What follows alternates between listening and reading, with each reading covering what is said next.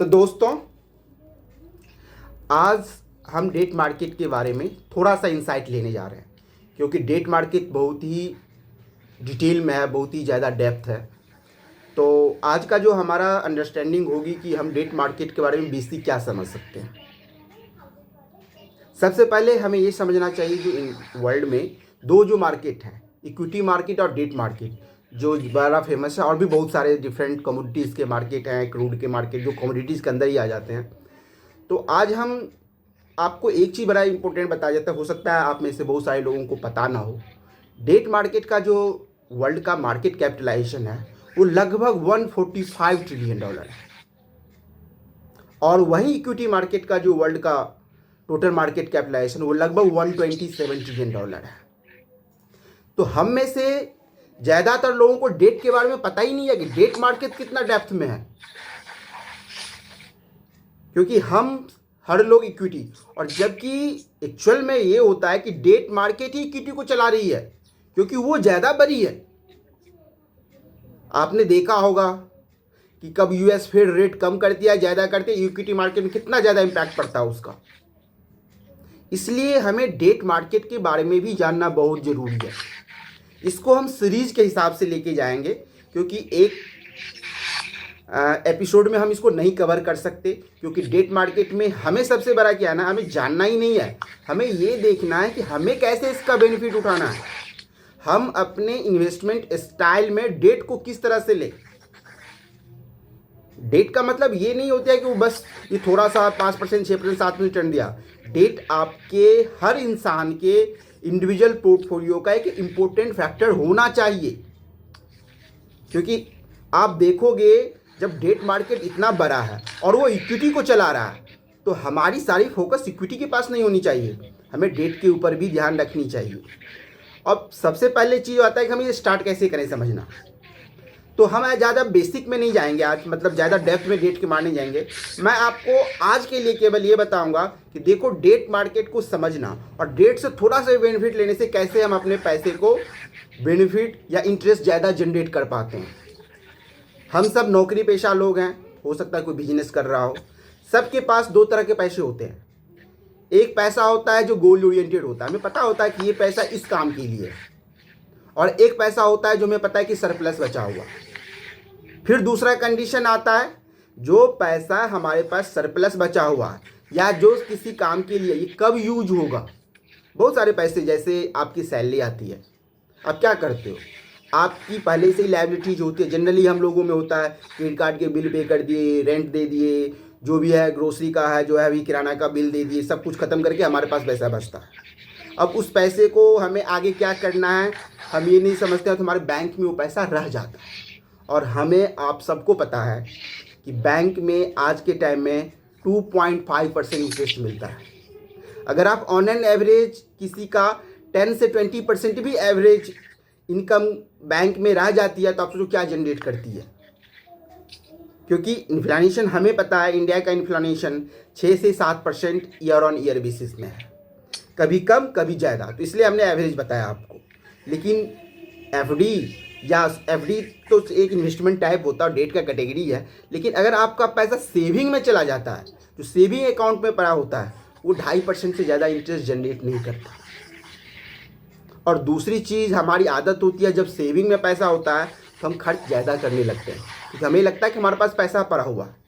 तो इसके लिए मैंने कुछ आपको डेट के कैटेगरी के अंदर ही कुछ जो है सो स्क्रिप्ट, कुछ भी एक तरीका बताने जा रहा हूँ कि आप कैसे उस सरप्लस मनी को एफडी के बराबर, और इन्वेस्टमेंट में जो आपका सेविंग अकाउंट है, सेविंग अकाउंट के इक्वल लिक्विडिटी और एफडी के जैसे इंटरेस्ट कैसे कमाएं। कौन सा ऐसा तरीका है कि हमारे पास पैसा हर वक्त रहे, और कौन सा ऐसा तरीका है कि हमें उस पर इंटरेस्ट भी एफडी की तरह मिले।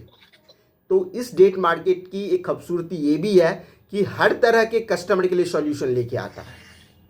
तो आज हमारा फोकस जो है इसी पॉइंट पे होगा कि हम क्या करें, उस पैसे को किस तरह से मैनेज करें कि हमारा लिक्विडिटी भी सेविंग के बराबर हो और हमारी इंटरेस्ट एफडी के बराबर हो या उससे बेहतर ही हो।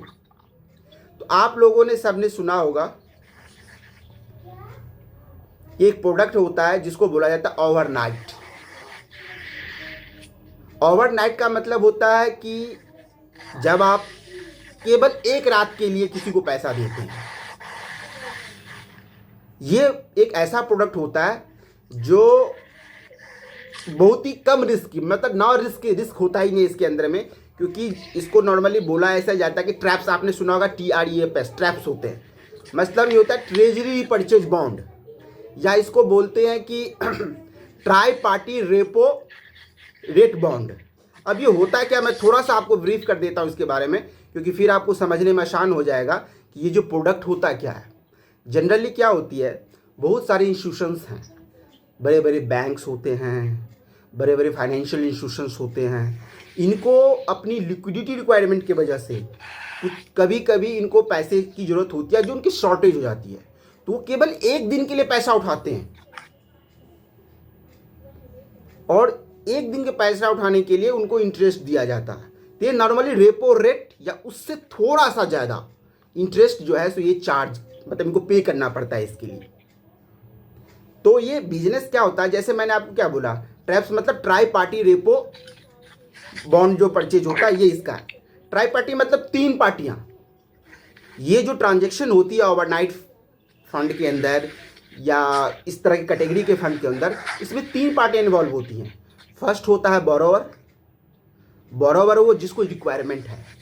सेकेंड होता है लेंडर, जो पैसे देती है। और थर्ड होता है एक्सचेंज, जिस एक्सचेंज में यहाँ पे होता है क्लियरिंग कॉर्पोरेशन ऑफ इंडिया, जो थर्ड पार्टी है। थर्ड पार्टी जो है इसकी रिक्वायरमेंट को फुलफिल करती है, वो एक तरह से बीच में गारंटर के रूप में काम करता है।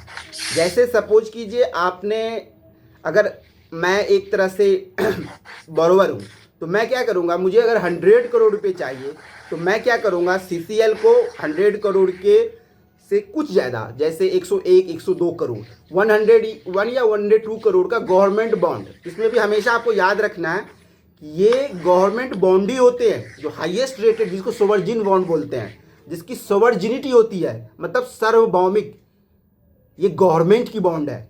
तो हर कंपनियां अपना कुछ इन्वेस्टमेंट गवर्नमेंट बॉन्ड में होती है, और बैंकों को तो लीगल रिक्वायरमेंट भी होता है उनका SLR CLR के मेंटेन करने की वजह से, उनको गवर्नमेंट के बॉन्ड में, क्योंकि गवर्नमेंट बॉन्ड जो होता है वो क्वालिफाई करता है इसके लिए। तो जब उनको पैसे की एक दिन की रिक्वायरमेंट होती है, तो वो क्या करते हैं, अपने पास जो इनकी सिक्योरिटीज़ होती है गवर्नमेंट की, उसको वो जो है सो हेज पे लगा, मतलब उसको वो प्लेज कर देते हैं CCL के साथ। CCL यहाँ पे आपका हो गया क्लियरिंग कॉर्पोरेशन ऑफ इंडिया, जो इसकी थर्ड पार्टी है, जो मेन में मीडिएटर के रूप में काम करता है। तो जब भी आप एक 102 करोड़ उसने उससे ले लिया, बदले में जो रेपो रेट एक्सचेंज 0.02, 0.03 जो भी डिसाइड होता है, ऑन एन एवरेज आपका 6% के करीब जो है वही आज के टाइम में बैंक का रेपो रेट भी है, बैंक ने उससे कम ही है, और उसी के आसपास जो मैंने बोला था थोड़ा सा ज़्यादा होता है, इसी रेट पे जो है सो बायर उसको ले लेते हैं, जो बरोबर से। तो जो लेंडर होते हैं, अब हम क्या करते हैं, जो लेंडर होते हैं वो भी हो सकते हैं financial institution, normally mutual fund कंपनियां होती हैं जिनके पास होता है। तो जो आप ओवरनाइट फंड देखते हो, बहुत सारी कंपनियों के फंड देखते हो कि जो AMCs होती हैं उनका ओवरनाइट फंड होता है, उनकी इन्वेस्टमेंट इसी में होती है। तो ये होती है जीरो रिस्क। पहले एक तो CCL बीच में है, उसने उसके बदले अगेंस्ट में उससे बॉन्ड ले लिया बोरोवर से, फिर वो चीज़ उसको पैसे दिए जाते हैं। अगर बाय द वे अगर एक चांस ये भी मान लें कि मान लीजिए बोरोवर ने डिफॉल्ट किया, तो उसके ऑलरेडी 102 करोड़ रुपए के बॉन्ड दे रखे हैं, वो उसको लिक्विडेट करके लेंडर को वापस कर देगा। तो इसमें रिस्क जो है ना के बराबर होता है। वैसे भी मैं ये कहता हूँ कि फाइनेंशियल सेक्टर या दुनिया में कोई भी चीज़ ऐसा नहीं होता जिसको आप कह सकते हैं कि रिस्क होता भी। सोवरजिनिटी में भी अगर कुछ रिस्क होता, वो इंटरेस्ट रेट का रिस्क होता, क्योंकि कुछ कंट्री भी ऐसा आया है। तो हम ये मान के चलते हैं कि इसमें रिस्क नहीं होता, और इस तरह से ये चीज़ जो है सो फंक्शन करता है, ये प्रोडक्ट बनता है। अब आते हैं कि हमें कैसे इसका बेनिफिट उठाना है। तो आपने सुना होगा बहुत सारे AMCs, जो एसेट्स मैनेजमेंट कंपनी जिसको आप म्यूचुअल फंड कहते हैं, वो बॉन्ड जारी करती है। तो ओवरनाइट बॉन्ड होता है उनका। तो ओवरनाइट बॉन्ड में एज ए इन्वेस्टर हम इन्वेस्ट कर सकते हैं, और फिर उस चीज़ को बेनिफिट जो उस पर इंटरेस्ट रेट होता है वो ले सकते हैं। नॉर्मली ये देखा गया लगभग 6% के करीब इस पर इंटरेस्ट बनता है साल का, जो कि किसी बड़े बैंक की 5 ईयर की FD के बराबर है। आज के टाइम में अगर आप जाओगे इंडिया का सबसे बड़ा bank state bank of India, उसकी 5 ईयर एफडी का रेट 6.05 है। एफडी में प्रॉब्लम क्या होती है, एफडी भी लिक्विडिटी है, लेकिन आपको हमें पता है कि जब एफडी आप प्रीमैच्योर रिडीम करने जाओगे तो पहला कंडीशन आपको उसी पीरियड का इंटरेस्ट मिलेगा। आपने ये मत समझो कि 5 ईयर का एफडी किया है और 6% इंटरेस्ट है तो उस 6% का ही पार्शियल मिलेगा, नहीं। अगर आप 10 दिन बाद रिडीम करने जाते हो, 15 दिन बाद रिडीम करने जाते हो तो वो सेविंग का ही इंटरेस्ट मिलेगा। ऊपर से कुछ परसेंटेज, कुछ बैंक तो 1% भी पेनल्टी लगाती हैं उसके ऊपर अगर एफडी प्री मैच्योर करोगे। तो इसी से बचने के लिए हमने एक ऐसा प्रोडक्ट देखा है, बनाया है, आपके लिए ढूंढा है इस डेट मार्केट से, जो इतनी खूबसूरत डेट मार्केट है, जो मैंने आपको अर्लियर बताया इसके बारे में कि इसमें हम कैसे इसको मैनेज करें। तो इसके 2 तरीके हैं, या तो आप ओवरनाइट फंड ले लो। वो क्या होता, एक दिन ओवरनाइट की मैच्योरिटी है उसके अंदर, लेकिन एक्चुअली होता क्या है ना, ये बार बार लगाते रहते हैं, ओवरनाइट नई नई आती रहती है, तो इसलिए आपके लिए ओवरनाइट नहीं होता, लेकिन इसी कैटेगरी ओवरनाइट फंड में ही होती है। दूसरा तरीका आप लोगों ने बहुत सुना होगा, निफ्टी बीज, लिक्विड बीज। लिक्विड बीज का आपने सुना होगा। लिक्विड बीज काफ़ी ज़्यादा पॉपुलर होता है जो शेयर मार्केट्स में होते हैं, क्योंकि लिक्विड बीज का सबसे बड़ा बेनिफिट ये होता है कि ये ना आपको रिटर्न बना के देता है, बल्कि आपकी कैश की रिक्वायरमेंट को भी फुलफिल करता है। क्योंकि शेयर मार्केट में बहुत सारे लोग इंट्राडे, एफएनओ बहुत सारे काम करते हैं, तो उनके लिए उनको फंड की रिक्वायरमेंट होती है। तो जो स्मार्ट लोग होते हैं वो क्या करते हैं, अपनी कैश फंड की रिक्वायरमेंट के लिए लिक्विड बीज खरीद के इसी को प्लेज कर देते हैं। तो इससे इनको रिस्क फ्री साल का लगभग 6% इनको इंटरेस्ट मिल जाता है, जो उनके टोटल CAGR में +6% हो गया। एक बहुत बड़ी अल्फा होती है। अगर आपने इसको स्मार्टली समझ लिया तो आप समझ लो 6% तो आपको फ्री का मिल गया, जहाँ पे कैश में रखने के वजह से आप कोई चीज़ मार्केट में ट्रेड कर रहे हो, क्योंकि मार्जिन की रिक्वायरमेंट होती है, बहुत सारी चीज़ होती है जो आपको मार्जिन मांगती है, कितना मार्जिन दो तो आप इतना ट्रेड कर सकते हो। लेकिन इसका सबसे बड़ा फायदा ये भी है कि जो कॉमन पर्सन है, जिनको इनको प्लेजिंग की रिक्वायरमेंट है, उनके लिए भी सबसे बड़ा फायदा है। सबसे बड़ा फायदा आप देखो, जैसे आपके पास 10 दिन के लिए कोई पैसा पड़ा है, 15 दिन, 20 दिन, 1 महीना, 2 महीना, आपको नहीं पता, जो आपके पास सरप्लस है आपको नहीं पता, आप क्या करते हो, सेविंग में छोड़ देते हो। तो उस पैसे को सेविंग में छोड़ने से जहाँ पे 2.5% मिलेगा, वहाँ आप इससे 6% रिटर्न जनरेट कर सकते हो। आप सोच लो कितना ज़्यादा परसेंट हो गया, मोर देन लगभग 100% से ज़्यादा रिटर्न आपने केवल थोड़ा सा माइंड को ट्विक करने की वजह से आपने अपने स्लीपिंग मनी के ऊपर रिटर्न जनरेट कर लिया। और दूसरी चीज़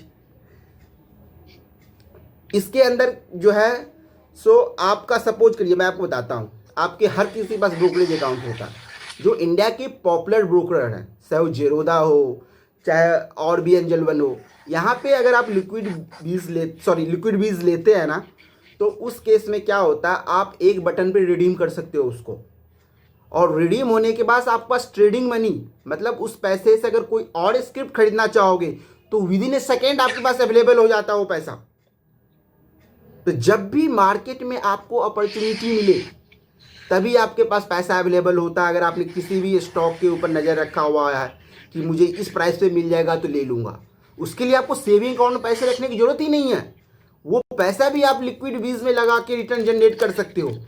मैंने लिक्विड बीज पे इसलिए अभी फोकस किया है क्योंकि लिक्विड बीज सबसे ज़्यादा लिक्विड और ओल्ड सबसे ज़्यादा टर्नओवर वाला चीज़ है। लेकिन इससे भी बेनिफिशियल प्रोडक्ट है जो मैं आपको लेटर और आपसे डिस्कस करूंगा कि हम उस पर कैसे इसको भी ज़्यादा बेनिफिट ले सकें। तो पहले हम लिक्विड बीज के बारे में आपको कॉन्सेप्ट के लिए ये वर्ड यूज कर रहा हूँ, ये स्क्रिप्ट यूज कर रहा हूँ, क्योंकि आप में से ज़्यादातर लोग लिक्विड बीज को जानते होंगे। तो उसमें क्या होता है कि जैसे ही आप ट्रेड करते हो तो आपने ट्रेड किया, आपके पास ट्रेडिंग मनी तो तुरंत आ जाता, हाँ, अवेलेबल फॉर विड्रॉल T+1 पे आता है, क्योंकि हमें पता है कि इंडिया में जो ट्रांजेक्शन है T+1 पे चलता है। पहले तो T+3 था, अब तो सेबी ने T+1 कर दिया। उस वजह से आज आपने मार्केट आवर में कोई चीज़ रिडीम करोगे, कल शाम तक आपके पैसा ट्रेडिंग अकाउंट में फोर अवेलेबल होगा। लेकिन बाइंग के लिए स्क्रिप्ट विदिन सेकेंड मिल जाएगा, बड़े ब्रोकरेज तुरंत अवेलेबल करा देते हैं उसको मार्जिन के लिए, आपकी बाइंग के लिए। अब आते हैं कि इसका जो हमारे पास सरप्लस मनी है ना, क्या केवल हमें लिक्विड बीसी है कि कोई और भी प्रोडक्ट है? इसके और भी प्रोडक्ट है। या तो चाहो तो आप म्यूचुअल फंड से जा सकते हो, ओवरनाइट फंड जिसको बोलते हैं, आप ओवरनाइट फंड खरीद लो। उस केस में आपको ट्रेडिंग के लिए, ट्रेडिंग में आपको एक्सचेंज में खरीदने की जरूरत नहीं पड़ेगी, क्योंकि लिक्विड बीस जो होता है ना, वो एक तरह से ओवरनाइट फंड का ही ईटीएफ है। वो वन डे रेटेड, आप जब भी देखोगे वहाँ पे लिखा होगा Nippon India one day rated fund. इसका मतलब ये होता है कि एक दिन में, एक दिन की ही सिक्योरिटी, जो जिसकी मैच्योरिटी जिस भी प्रोडक्ट की ये वन डे की मैच्योरिटी होती है, उसी में वो इन्वेस्ट करते हैं, इसलिए इसको ओवरनाइट बोला गया। और ये इसका ईटीएफ फॉर्म है, नहीं तो हर एएमसी का ओवरनाइट फंड आता है। दूसरा तरीका क्या है, मैं थोड़ा इससे आगे लेके आपको जाना चाहूँगा कि आप चाहो तो एक तरीका है लिक्विड म्यूचुअल फंड में भी डालने का पैसा, जो आपका सरप्लस मनी है वो भी आपके रहते हैं, लेकिन उसमें 7 डेज की इसलिए बनती है थोड़ा डिस्ट्रिक्शन कि 7 डेज का होता है कि आपका कुछ फ्रैक्शनल, मतलब जितना एक दिन का इंटरेस्ट मिलेगा उसका भी बहुत छोटा परसेंटेज होता है जो एक पेनल्टी के रूप में चार्ज करते हैं। तो हर दिन का, अगर फर्स्ट दिन आप करोगे तो उससे दूसरा दिन कम पेनल्टी, तीसरे दिन कम पेनल्टी, लेकिन उस पेनल्टी का चार्ज इतना नॉमिनल होता है कि वो आपको लगेगा नहीं। अगर समझ लो आपका एक दिन का इंटरेस्ट 0.02 है तो पेनल्टी लगेगी इस 0.02 का 0.01, लगभग नेग्लिजिबल होता है ये चीज़ें। और 7 डेज के बाद ये भी नहीं होता। और लिक्विड फंड में एक चीज़ बेनिफिट है कि मैक्सिमम एएमसी ने इसको 50 लाख तक का इंस्टेंट रिडम्पशन अवेलेबल करा दिया है, जो आपकी जस्ट लाइक सेविंग अकाउंट की तरह होती है। आपकी सेविंग अकाउंट का सबसे बड़ा बेनिफिट क्या होता है, वो पैसा अवेलेबल ऑन डिमांड होता है। अब जब भी चाहो एटीएम डाल के पैसा निकाल सकते हो, जब भी चाहो किसी के अकाउंट पे अपना पासवर्ड डाल के फंड ट्रांसफ़र कर सकते हो। सेविंग अकाउंट की सबसे बड़ी यूनिक बेनिफिट यही होती है। लेकिन इसकी वजह से क्या होता है, हमें इंटरेस्ट का भी मार्जिन का लॉस लेना पड़ता है, जो जस्ट 2.5% होता है, जो स्टेट बैंक का मैं बता रहा हूँ, एचडीएफसी बैंक जो इंडिया की सबसे बड़ी पॉपुलर बैंकों में से एक है, इनका यही इंटरेस्ट रेट इसके ऊपर है।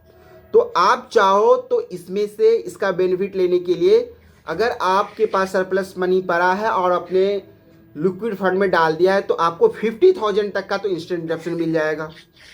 और बाकी जो आपके पैसे होंगे वो आप T+1 मतलब नेक्स्ट डे सुबह के सुबह ही आपको पैसा मिल जाएगा। मैं एग्जांपल के लिए जैसे बताता हूँ, मैंने लिक्विड फंड में 5 लाख रुपए डाले, उसका रूल है 90% या 50,000 which ever is lower for instant redemption. तो 5 लाख का तो 90% बहुत ज़्यादा होता है, और 50,000 तो ऑब्वियसली 50,000 ही लोअर साइज में आएगा। तो 50,000 रुपये बटन दबाते ही उसके ऐप होते हैं, हर एमसी के ऐप होते हैं, जैसे निप्पॉन इंडिया के ऐप है, स्मार्ट मनी के नाम से, स्मार्ट ऐप नमी के नाम से उसका नाम होता है। आप उस पर बटन दबाओगे, पास अपना जो है सो पिन डालोगे, आपको विदिन कुछ सेकेंड में वो पैसा बैंक के अकाउंट में हिट हो जाएगा 50,000। और बाकी जो 4.5 लाख आपका बचा वो आप उसी टाइम उसका दोगे, तो कल वो सुबह मॉर्निंग 8 से 10 बजे के बीच में आपके अकाउंट में जनरली आ जाता है। तो इस तरह की लिक्विडिटी होती है इसमें, और इंटरेस्ट लगभग एफडी के बराबर होता है। इसलिए हम इसे बोलते हैं सेविंग सुपर सेविंग प्लस। अब हम वापस अपने पुराने टॉपिक पे आते हैं कि अगर हमें ये ईटीएफ रूट से लेना पड़े तो ट्रेडिंग में क्या होता है ना, वहाँ पे आपके 5 लाख अगर आपने ईटीएफ में डाला है, आप 5 लाख का रिड्यूमशन मारते हो, तो पूरे 5 लाख आपको इंस्टेंट नेक्स्ट स्क्रिप्ट के लिए बाइंग के लिए अवेलेबल हो जाएगी। आपको T+1 में वेट नहीं करना है। आपने 5 जेरोधा में, अब सपोज करो जेरोधा में आपने अकाउंट है और आपके पास निफ्टी लिक्विड निफ्टी 20 नहीं, लिक्विड ईटीएफ है, लिक्विड 20 की ईटीएफ है आपकी। अगर आप उसको रिडीम करते हो, रिडीम करते ही पूरे 5 लाख आपके अकाउंट में, 5 लाख से आप कुछ भी खरीद लो, कोई भी शेयर जो आपको लगे कि ये सस्ते भाव पे आ गया, पता नहीं अभी मौका मिल रहा है, आज ले लूँ कल बढ़ जाएगा, तो आप उसको खरीद सकते हो। तो आपके पास एक सरप्लस मनी, अगर मौका ना भी मिलता है तो उस पर भी आप 5.5-6% कमा सकते हो, जो कि एफडी के बराबर हो गया। इनडायरेक्टली आपने एफडी का बेनिफिट उठा लिया, और उसमें कोई ऐसा परसेंटेज कट नहीं होता है कि आपका इतने पेनल्टी लगेगा या इंटरेस्ट लगेगा या बैंकिंग आवर होनी चाहिए या बैंक बंद होनी चाहिए खुली, ऐसा कुछ भी नहीं है। जब भी मार्केट खुली होगी तब भी आप कर सकते हैं। उसने एक लिक्विड केस करके फंड लेके आई, जो लिक्विड 20 की जगह सेम लर 1 इसमें भी वन डे, वही ओवरनाइट फंड में इनका भी इन्वेस्टमेंट होता है, वन डे मैच्योरिटी वाला। अब आप जब देखोगे ना, जब हमने उसमें डेटा एनालाइज किया तो हमने पाया कि ये फार वेटेड है उससे। अब मैं बताता हूँ कैसे। सबसे पहले लिक्विडिटी दोनों में अच्छी है, लिक्विडिटी कोई प्रॉब्लम ही नहीं है, दोनों आप जितना चाहो खरीद सकते हैं एज इंडिविजुअल, जितना चाहो बाई कर सकते हो, जितना कहो सेल कर सकते हो। दूसरा क्या होता है, इसमें प्रॉब्लम क्या होती है, जो लिक्विड वीज होती है ना, उसमें आपको रेगुलर इंटरवल पे आपका जो इंटरेस्ट होता है, जो उनकी इन्वेस्टमेंट की इंटरेस्ट होता है ना, वो आपके अकाउंट में क्रेडिट की जाती है। सपोज करो वीकली या फोर्चुनाइट, उसका क्या होता है, तो उसका आपका जो भी आपका इंटरेस्ट बनेगा फ्रैक्शन, उसके यूनिट में जोड़ दिया जाता है। तो लिक्विड वीज में आपके यूनिट में जोड़ने की वजह से क्या होता है, आपका इंटरेस्ट रिडम्पशन माना गया और उस वजह से आपके टैक्स की लायबिलिटी जनरेट हो जाती है। क्योंकि डेट फंड में एक चीज प्रॉब्लम है, जब भी आप रिडीम करने जाओगे आज के टाइम में आपकी जो भी टैक्स स्लैब में आप आओगे उसमें आपको टैक्स पे करना पड़ेगा, चाहे वो कुछ दिनों का है या कुछ सालों का है। और इसमें क्या होता है, जब भी आपके पास मान लो 4 लाख 5 लाख का आपने लिक्विड बीज खरीद रखा है, तो उसका भी जो परसेंट 6% मान लो साल का बनता है, लगभग 30,000, उसको डिवाइड कर लो आप हर महीने से, तो जब भी आपके अकाउंट में पैसा आएगा उतना परसेंट टीडीएस भी कट जाता है